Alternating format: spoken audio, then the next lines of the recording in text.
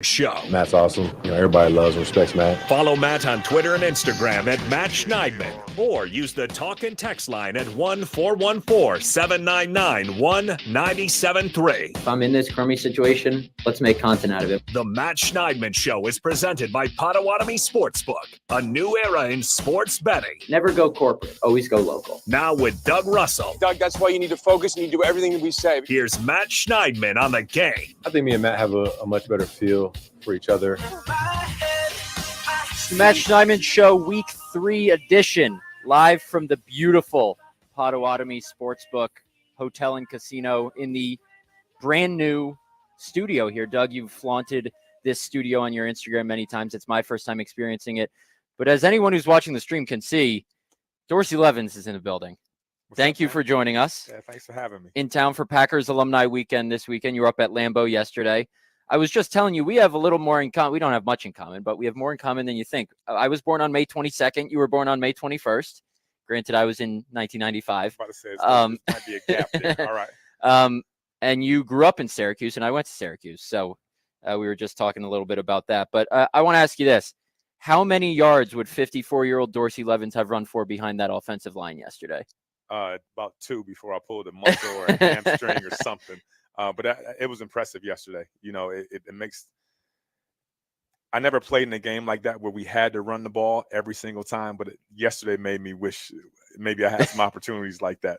Yeah, that was awesome. That was fun to watch. I was going to ask, as a guy who ran the ball, what's the feeling when you're running and you can just feel the life being sucked out of the opponent? Like that's what Josh Myers, their center, was saying yesterday, is we could just feel the life coming out of them, basically. Everyone knew the Packers were going to run, and they were still able to do it just because they had so many creative ways to run the ball, so many different formations. What do you think of that? It takes your confidence to a whole nother level because, listen, this is what we're about to do. You know it. We know it. Everybody watching on TV knows it, and you're not going to be able to stop it.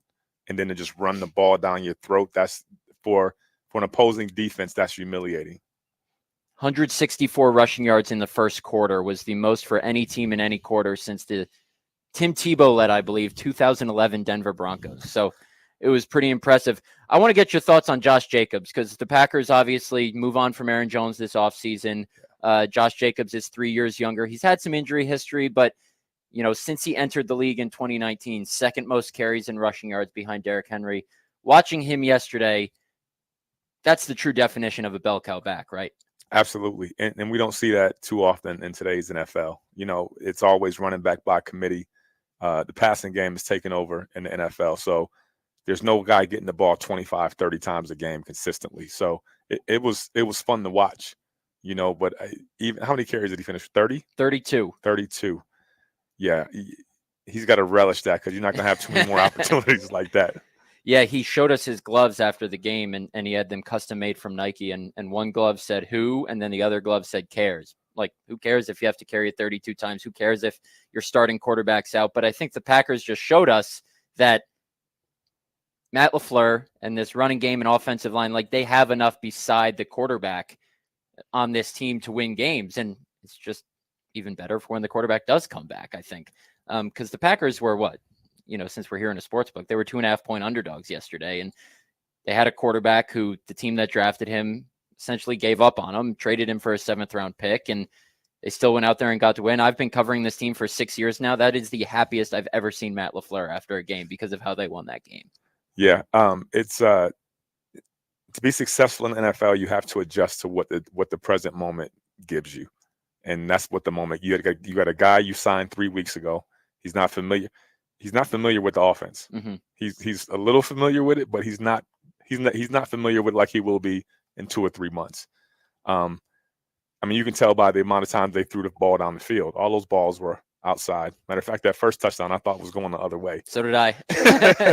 And that's an all-pro caliber corner in Kenny Moore out there. When I saw that, I said, "Oh boy, that's not going to get there. That's a tough throw to make." It is. I held my breath like I'm sure everybody else did.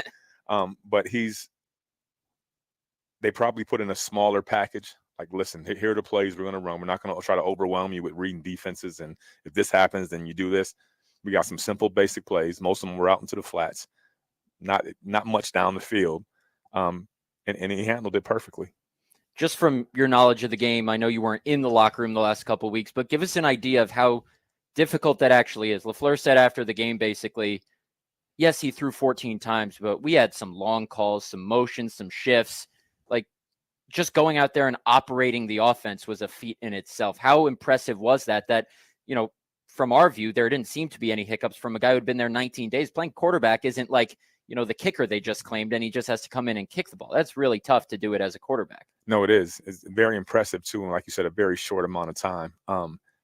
Offenses, you hear people say it all the time. In the first 2-3 weeks of the NFL season, offenses are behind because it takes time to get a rhythm and to get guys on the same page. So for him to do what he did was very impressive. Doug, this is a Packers Hall of Famer right here. Yeah. You're old too, so you covered him. I did. Back in when he won a Super Bowl. Give us a Dorsey Levens memory that you got. Well, the biggest memory that I have is in the NFC Championship game when, you just ran roughshod. And, that's what put the Packers, because you guys were a team that going into the season were kind of the favorites because you were on this ascension. And I mean, Reggie came in and a couple of years of growth with Reggie on defense. Brett was getting to, turn into, a Hall of Fame caliber quarterback. He had just won an MVP. He was in the midst of his second of 3 straight MVP awards. You and Edgar in the backfield.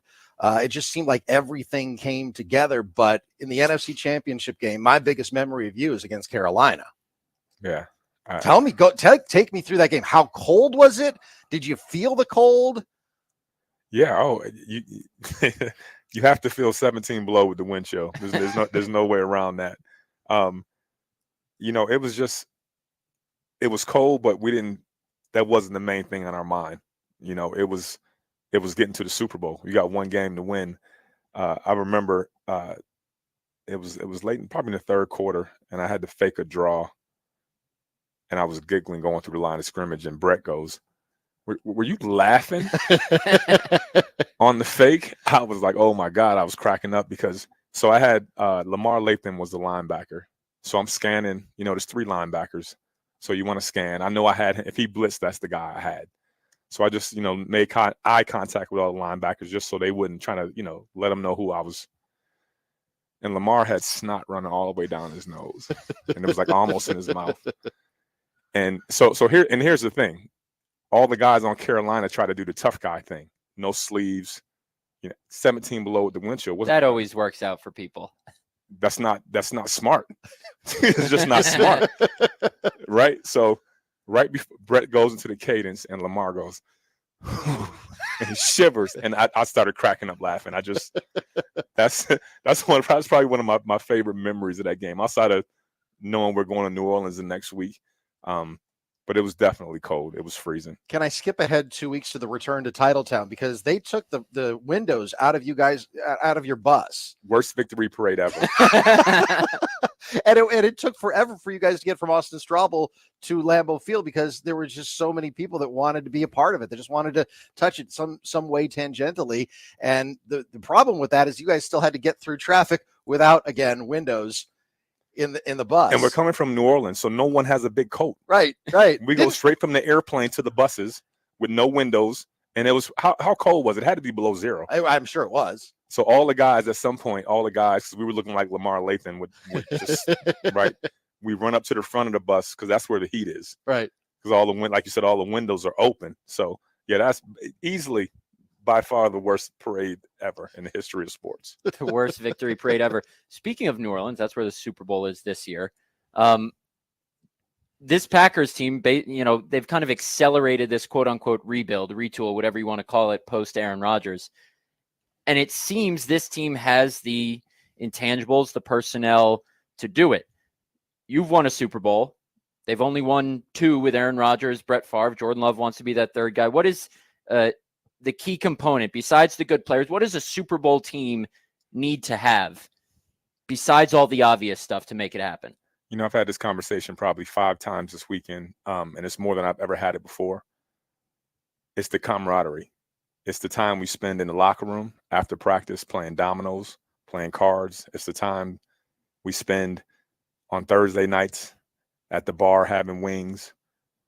We spent time with each other. and I played 11 years in the NFL, 2 years in Philly. Andy Reid was there, so he kind of brought the Green Bay mentality to Philly. I thought in Green Bay we stayed around because there's nothing else to do, right? But in Philly, guys did the same thing. We hung around, me, T.O., Todd Pinkstad. We all just hung around and played dominoes. The 1 year, I played 11 years, I had one losing season, 4-12 with the New York Giants. After practice every day, everybody went their own ways, and then you saw them again the next day. The key component was the family part of it, the brotherhood, which I can come back up here for alumni weekend and see Marco Rivera or Earl Dotson or Gilbert Brown. It's like we had a game last week. You know what I mean? We just pick up right where we left off. So it's the love within the locker room. That's how team wins. And that's why Kansas City's doing so well. Because like I said, Andy brings that's the atmosphere he brings into the room. And when guys love each other, you see what happens. How does that translate to the field, though? Because some people might say, oh, you can be boys, but you got to be good at football. How does that translate to what we see on the field and actually getting in that win column? Because your boys are going to hold you accountable. And they're going to tell you they're going to tell you like it is. If you didn't play well, they're going to tell you about it. And they may joke about it so you don't feel bad about it, but you will get the message. It's loud and clear. That's the one thing about guys, about family. You can tell them the truth. You know what I mean? So if you didn't play well, it's like, hey, man, listen, this is what needs to happen. And it was everybody because, we're all human beings. We all make mistakes, from Brett throwing interceptions to me fumbling to Antonio dropping passes. But it's holding each other accountable. So I thought you got a good pop yesterday. There was a lot of people there for alumni weekend. Eddie Lacy got a good pop. Leroy obviously got a good pop. When you're all together, who's like the jokester of the group besides Leroy, since we know Leroy is going to be? Who like commands the room? Who are the main talkers at these alumni events? Roy's definitely the funny guy. Antonio always has something to say about something. He's just always got something to say. Those are probably the guys who talk the most. We just, it is what it is. Wide receiver, something about wide receivers. That diva mentality. They got to be heard and they got to make sure everybody's, So that's where I put Antonio, and I can say that about him because he's my brother. and when he comes on here, I'm sure he's going to share some of my shortcomings as well. I got a stat for you, Doug. It's a quiz question. Okay. And Dorsey can answer too. Josh Jacobs, first Packers running back with 100+ scrimmage yards in each of the first 2 games of the season since? Is it since Dorsey Levens? No, that would be too obvious. Okay. Mine Green. In 2004. Okay. And Josh Jacobs, his 151 rush yards are the 3rd most in a game in his career. And his 32 rush attempts, the most in a game by a Packers player since Ryan Grant in 2008 versus the Seahawks. Incredible. It was an incredible game. And Josh Jacobs said yesterday, he was like, I could go one more quarter. I feel fine. Yeah. Short, once he gets in the ice bath and, once he wakes up this morning, I'm sure there was a little bit of a different feeling. But he was talking about cramps last night, too. You ever get bad cramps after when a hot you had game? games where you carried the ball so many times, how long did it take for you to be like, oh, yeah, I definitely just carried the ball 25 times? You'll feel it in the morning. But as a running back, the more you get the ball, the better you feel. You get a better feel for how the defense is moving and how the offense is blocking. So most running backs get better the more carries they get. So every Monday we do our Habush, and Rotier segment sponsored by them law firms. So we do a final judgment based on what we saw from the Packers. It can be a theme, a takeaway, whatever. Now, Matt LaFleur said today that, and I expected him to say this, that the Packers are not going to take more time bringing Jordan Love back just because they've proven they can win with Malik Willis. When Jordan Love's ready, he's going to play. And I think that's how you should do it. But my final judgment on the game yesterday is the Packers having one of the best rosters in the NFL can help them win any game, even without their most important player. And I think that was proven yesterday. Malik Willis threw 14 times. Going into the game, we said, he doesn't need to put the team on his back. He didn't need to be the hero. No, I said going into the game, he's going to need to make a couple throws early to get the Colts to take a guy out of the box. respect him a little bit. That would open some stuff up for Josh Jacobs. They just ran it right from the jump. Yeah. And, as I said earlier, when you're running it 52, 53 times a game, you can't just run inside zone every time. And that's why Adam Stenovich, their OC, who, coordinates their run game, I think deserves a lot of credit, because they were putting Jaden Reed in the backfield. They were, doing the fake end around and then the run up the middle. They were getting Zach Tom, the right tackle, out near the boundary. Like, what'd you think of just the variety, and how necessary was that? Because as we said, the Colts knew they were going to run it 55 times, but they still couldn't stop it until it was too late. That was very necessary, because a lot of times you can't just line up and just run the ball straight down somebody's throat. 'Cause that's not what there was some of that yesterday, but there was a lot of misdirection. Mm-hmm.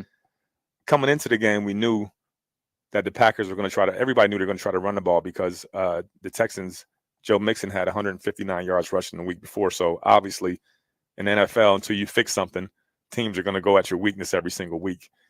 But I thought the creativity and the motions and the end arounds and all that kind of stuff really made the difference, because like I said, when he's throwing all those balls outside wide, that opens up the middle. Mm-hmm. There were a couple times, oh my God, I thought there was going to be a quarterback draw, because there was like a guy over the tackle, two guys out the end, and linebacker 10 yards down the field. I'm like, oh my God, if he goes up the middle, he's going to bump his head on the goalpost.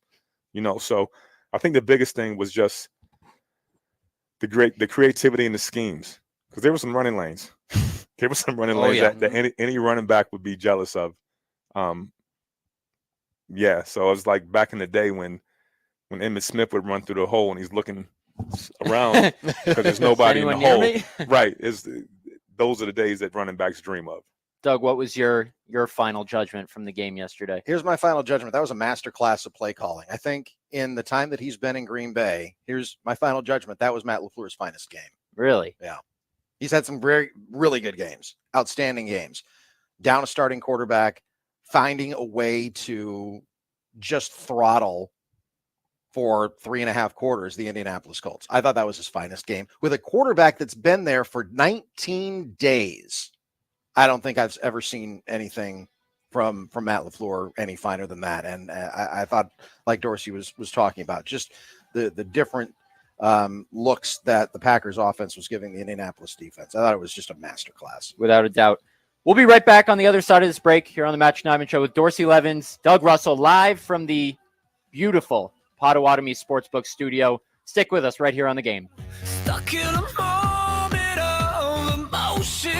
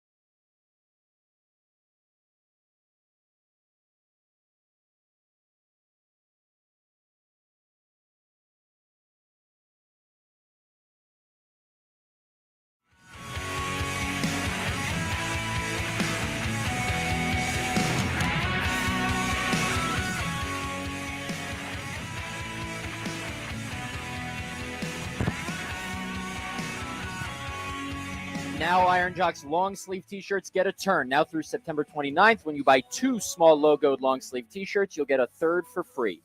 That's a $44.99 item free when you buy 2. Just enter the promo code FALLBOGO. That's FALLBOGO at checkout. Good toward both men's and women's tees. Go to ironjock.com for details. That's ironjoc.com. Anyone watching the stream can see we're in the presence of a legend right now. Packers legend, Dorsey Levens, Packers Hall of Famer.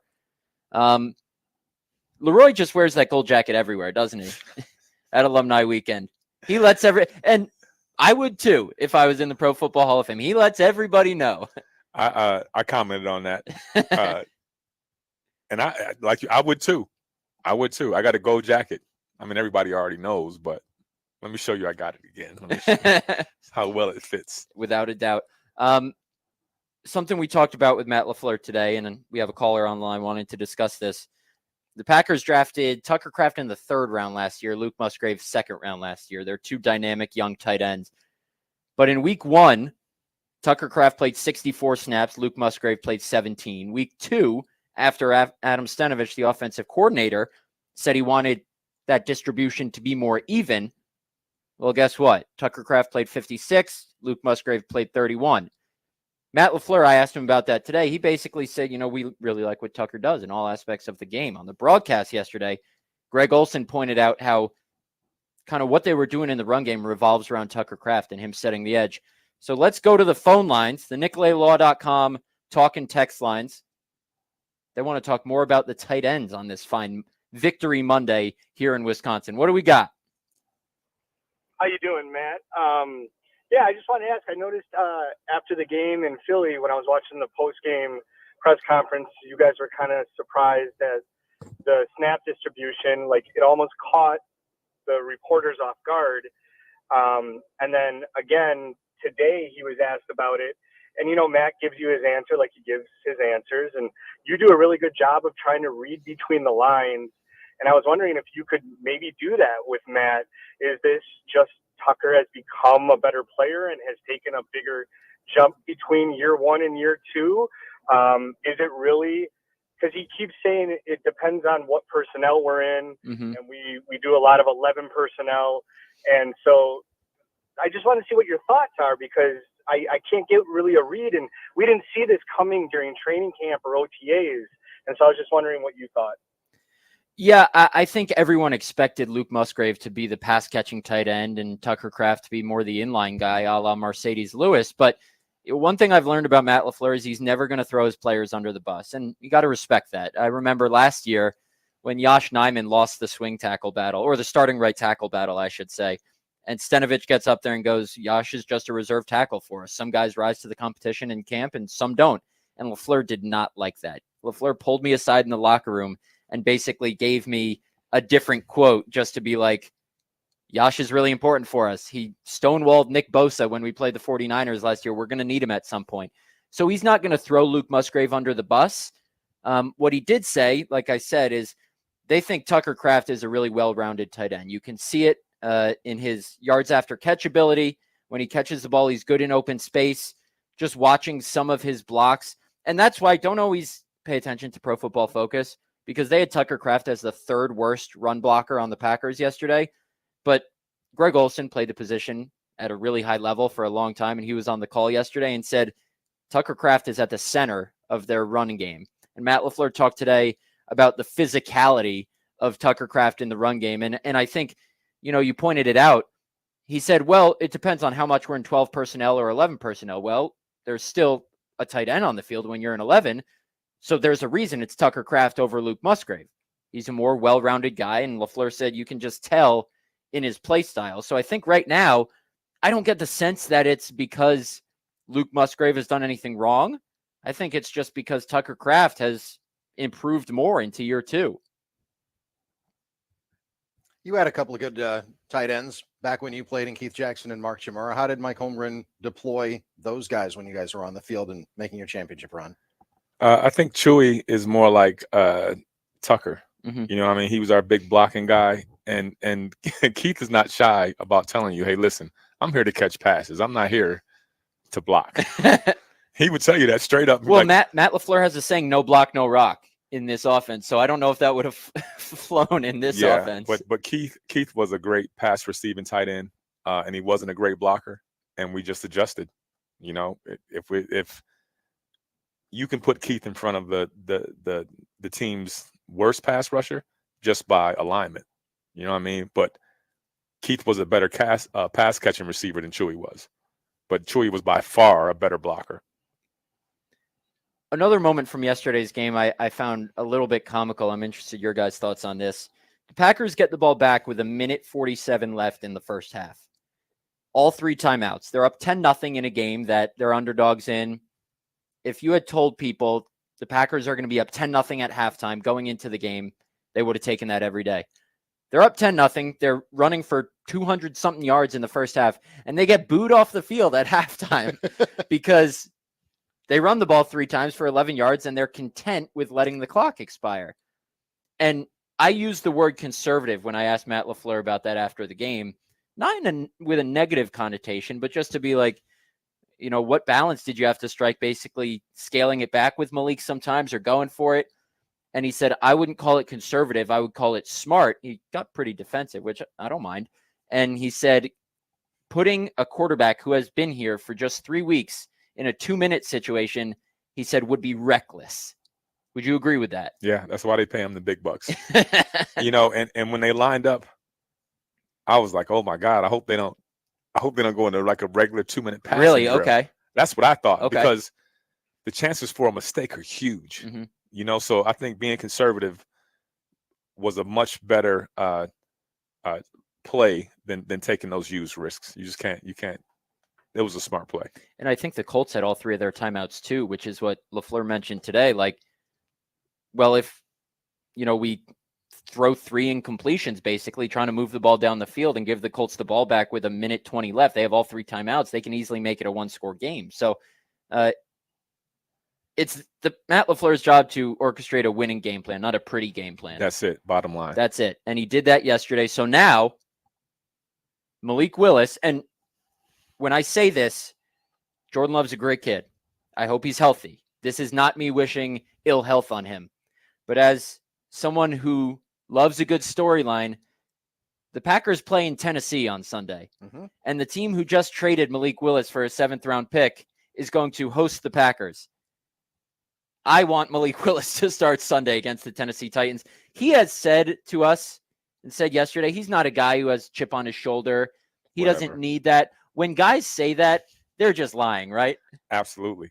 I couldn't wait to play the Packers when I left.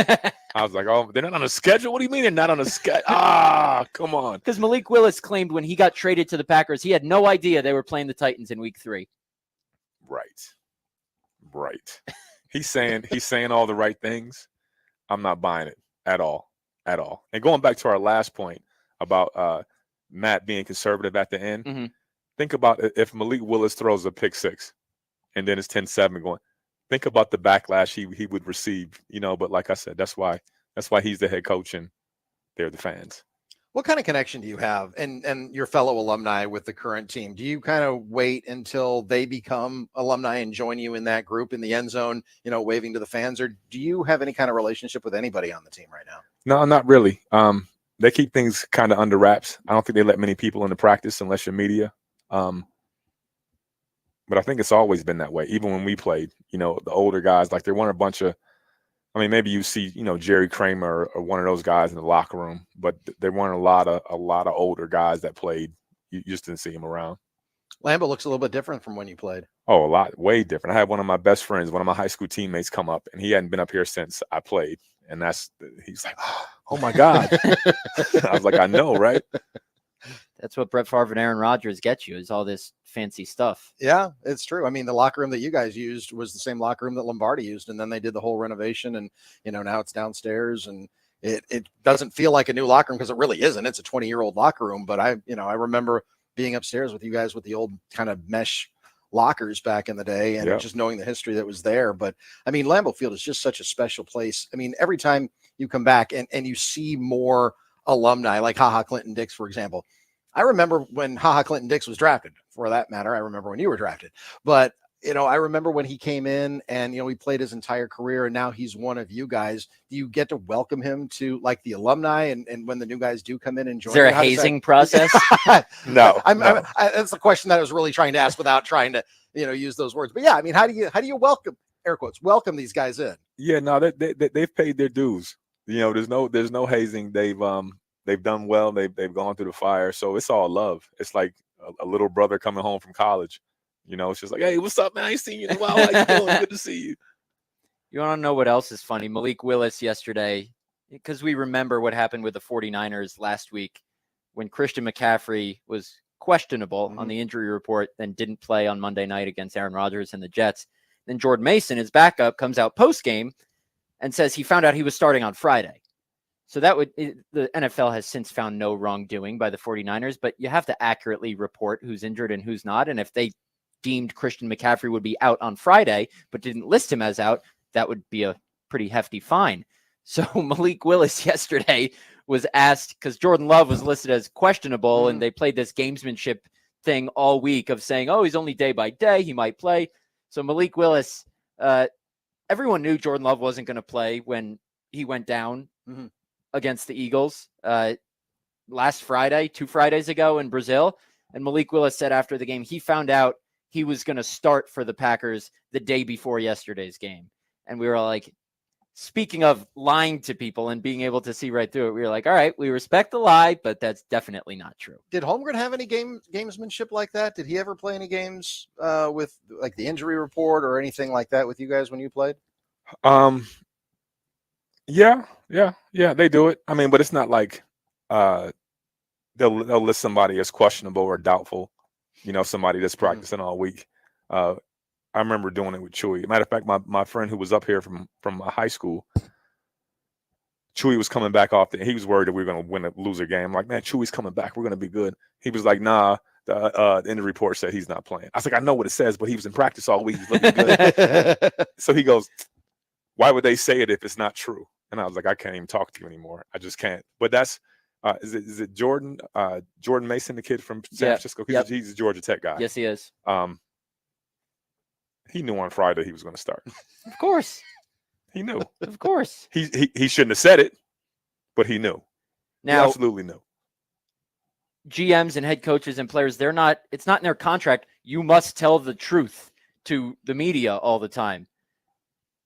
Everything is a game. Like they're going to say Jordan Love is going to be questionable again this week, and who knows if he's going to practice. Matt LaFleur said today, ideally Jordan Love would get some practice in if he's to play on Sunday, but it's not a necessity. He's been in the offense enough.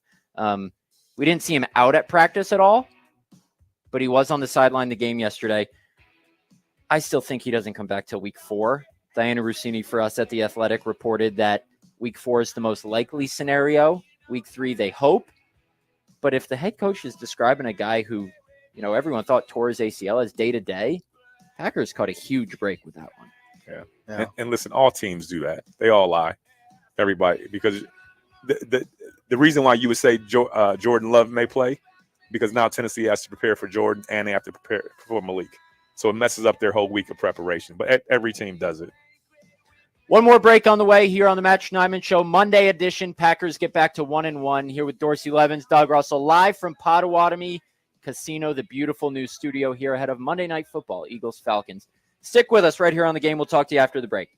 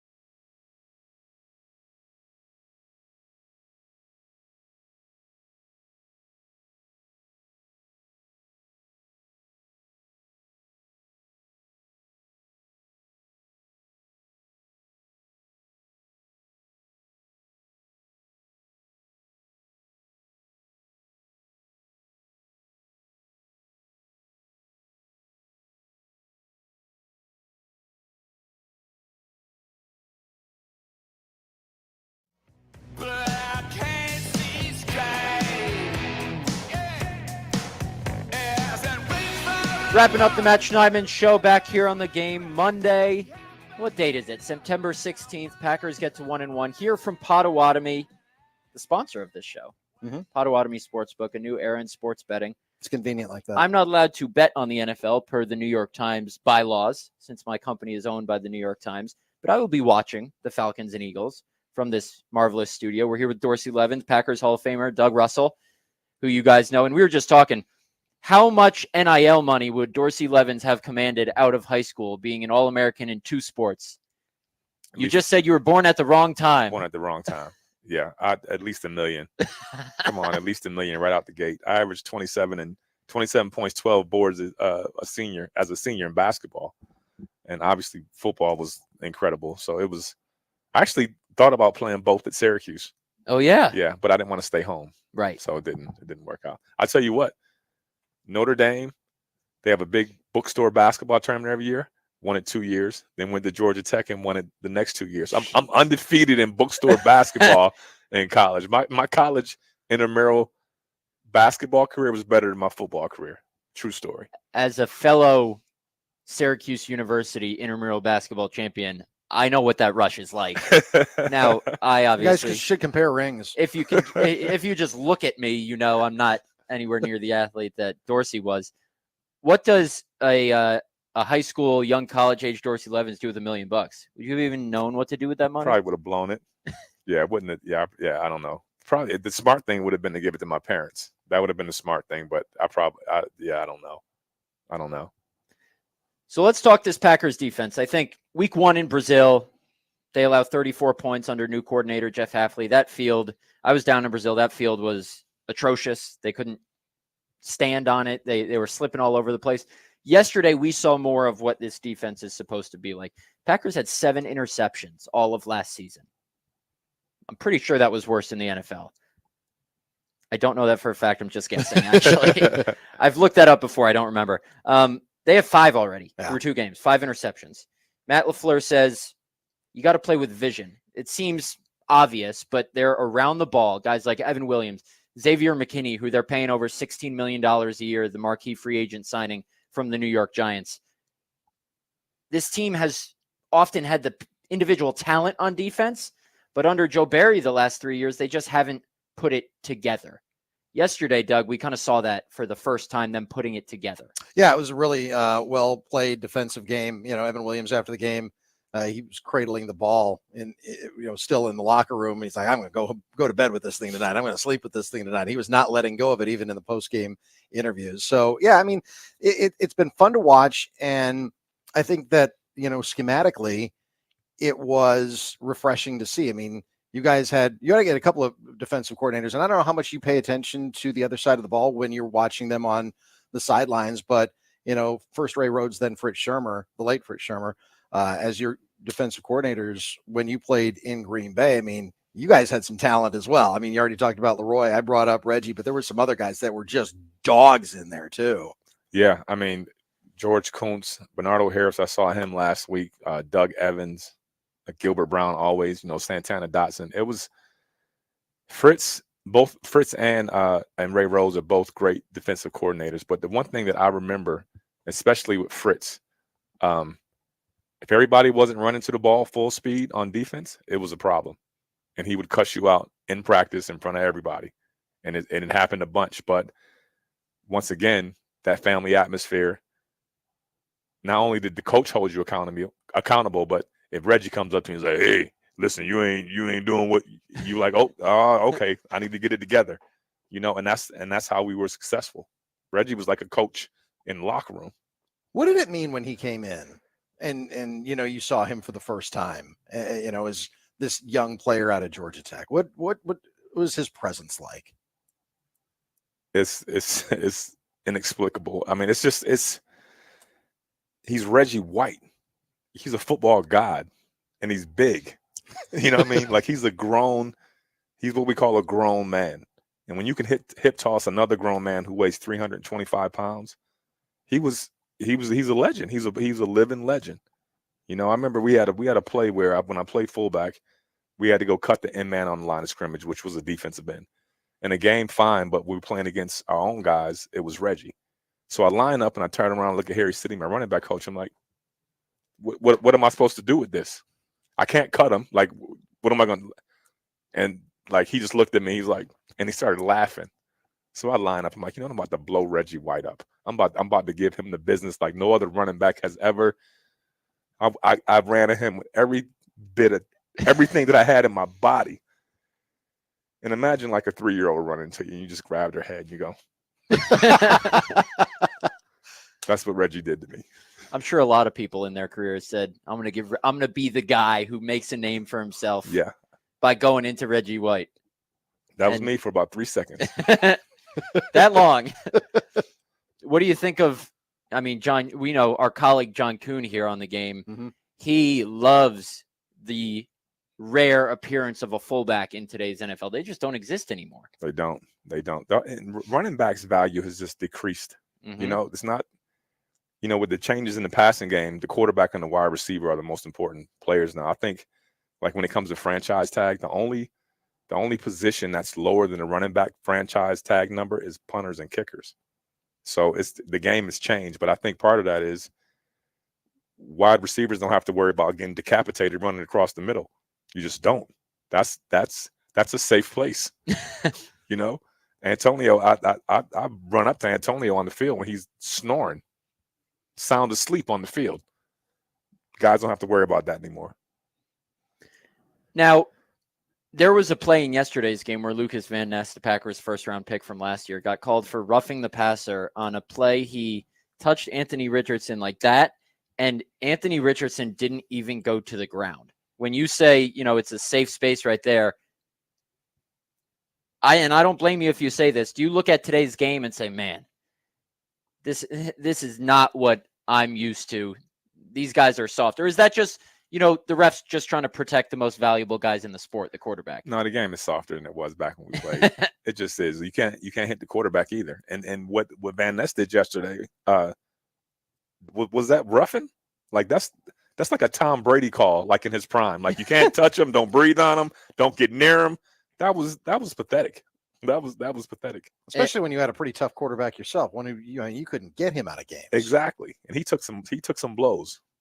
Definitely broke just about everything too. Yeah. Lucas Van Ness was asked about that today. He said, I actually walked with the ref on the way out, and he just said, ultimately those are the most protected guys in the league. Then Van Ness said, I may not agree with it, but he said I need to lower my target area and that I caught a little bit of his helmet. And when they see the helmet lift, they're going to throw a flag. I think and then he said, obviously he didn't agree with the call, but what are you supposed to do? Dorsey, we've got an NFL player, an NFL legend. Well, I know you didn't play defense, but they're soft as Charmin now. Yeah. So he's used to running through guys' faces. He's used to taking on Reggie White. He doesn't know, he's used to trying to run it through Reggie. Yeah. Not a good try either. Actually, it was my best try, but it looked like my worst try. So when you are with all these guys at Alumni Weekend, what's your go-to story? I know there's so many memories from your time as a Packer, but when you're back around Lambeau Field, back around Green Bay, I always tell people I get numb to it. I get to go to Lambeau Field for work every day. Like you get numb to the aura of it. When you come back, what memories come flooding back? What are your best recollections of your time in Green Bay? I've been back so many times. I don't think I do that anymore. Mm-hmm. I'm just here, and like you said, it's different for me than everybody else because we played here. We lived it, we breathed it. So there's not like there's some guys I won't mention who are just they can't get out of the past. Yeah, they're like, oh, what about this game? Remember that catch? and then remember when we did this? And I'm like, hey man, that was 30 years ago. Let's talk about something else.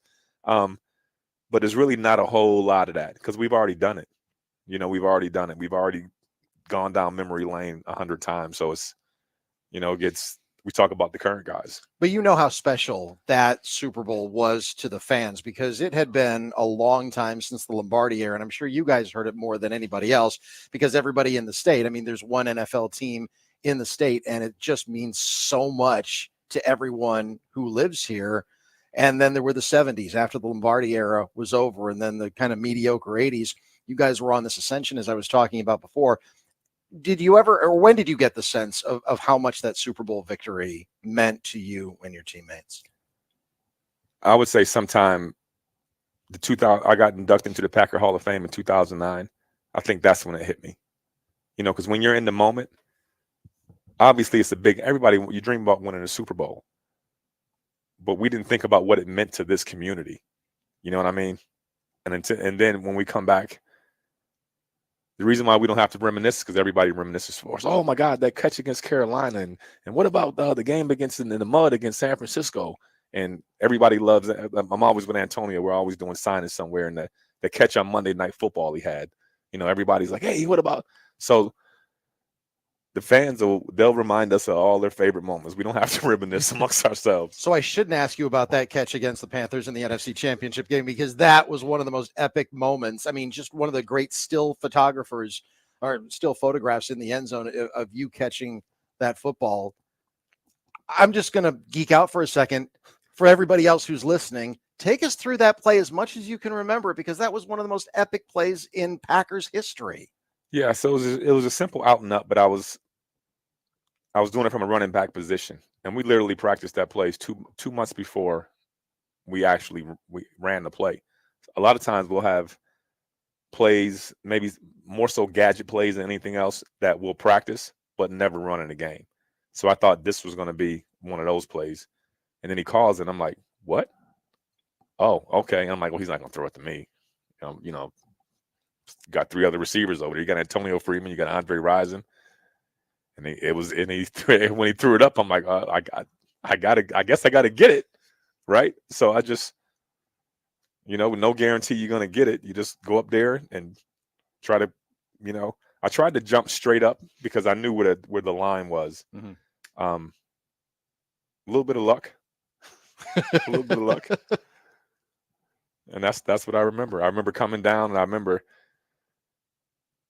I looked up and I saw the official do that. And I was like, oh, my God. So that was that. And that was before the Lambeau leap, too. Or was it? No, that was. Did you Lambeau leap that? Yeah. When did Leroy do that? Yeah, no. We were doing Lambeau leap because I think. Because, Reggie shoveled the ball to Leroy, and then Leroy. Yeah, that was, I think it was like 92 or 93. Okay. Yeah, but I remember, I think it was the Carolina game when I jumped in the stands. It was cold, and I knocked somebody's beer over and it went right down my back. Oh, I love that. I was like, yeah, we ain't doing that again, and not in the cold weather at least. Well, that's better. There was a game at Lambeau a couple of years ago. I think it was a Lions fan. I think a Packer jumped into the stands for a Lambeau leap, and the Lions fan, or it might have been a Packers. No, it was a Packers fan who did it to a Lions player. I forget who it was. I think it was a primetime game. Lions player jumped into the stands, and a woman just dumped beer all over the Lions player. And then someone got a screenshot of her. And in today's day and age, you put that on Twitter, and then she never gets allowed back in Lambeau Field again. Good for her. You say good for her. That's funny. Anything else you want to geek out over, Doug? We got 2 minutes left of the show. Yeah, I do a podcast called Tales from 1265, and it just kind of goes through some of the annals of Packers history and Packers lore, and I've gotten a lot of fertile ground out of the 1996 team. And just for me being able to tell some of those stories of you guys and your teammates, and it's been a lot of fun. But it really did mean that Super Bowl championship so much to the community. I know you've heard that a million times, but it really, really did. And that's why the return to Titletown for you guys when they took the windows down, everybody just wanted to be part of it. There were people that were the hugging worst the Super stadium. Bowl party. The worst Super Bowl parade. There were people that were hugging the the green aluminum corrugated, skin of Lambeau Field after you guys had won the Super Bowl. So it was so meaningful to so many people. Yeah, and shouts out to all the people who came to that parade, because we were cold, but so were they, and we didn't get there. I guess we got there late too. So shout out to all those people. And then they filled up the stadium, and we walked through the stadium. So that was, I think we all came back in and like hopped in the hot tub. And it's like, oh, it's cold. And Holmgren got one of the jackets from one of the Brown County sheriffs, because he had a Brown County sheriff's jacket on because I think he was so cold too. Yeah, it was. So the head coach got one, but nobody else did. Well, he's the head coach, I guess, right? We can't thank Potawatomi enough for having us today. Dorsey, appreciate you stopping by. Pleasure Matt, having you. Me. Nice meeting you. Doug, as always. We'll be back tomorrow. Yeah, we'll do a regular show tomorrow. Yeah, I'll be back in Green Bay. I'm going to stick around tonight, though. You should. No free. Actually, no, this is a paid ad since they sponsor the show. But Potawatomi is getting me a room tonight so I can enjoy the Monday night game. I love this place already. I might just do the show from here every day. There you go. Come on down. We'll catch you all tomorrow. Appreciate you listening. The dark side of the moon. After all, I knew it had to be something to do